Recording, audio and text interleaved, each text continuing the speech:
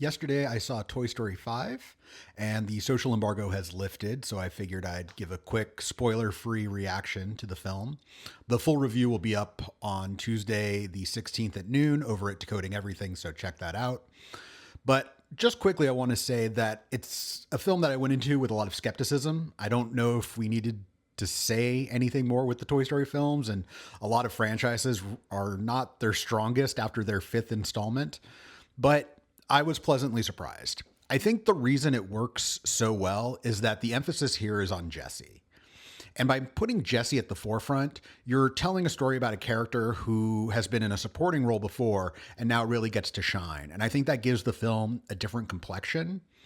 Also, the previous Toy Story movies are all kind of variations on a rescue escape plot, which is fine. It's what allows them to sort of build their themes on a reliable structure. But thankfully, Toy Story 5 goes in a different direction. The plot feels different. I will say my one big issue with the movie is the stuff dealing with technology.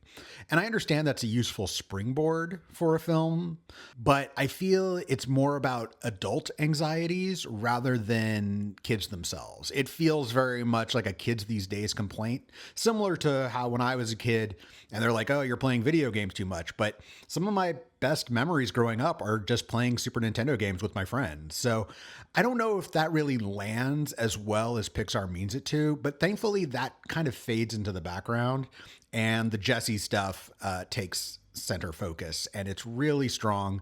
And I also have to shout out Conan O'Brien as a toilet training toy that kind of steals the film once he's on screen. It's incredibly funny. So if you're worried that steam was kind of running out by the time you hit the fifth Toy Story film, I will say you don't need to worry. It's a strong sequel. It's worth checking out. And again, you can check out my full review over on Decoding Everything when the embargo lifts on June 16th at noon Eastern.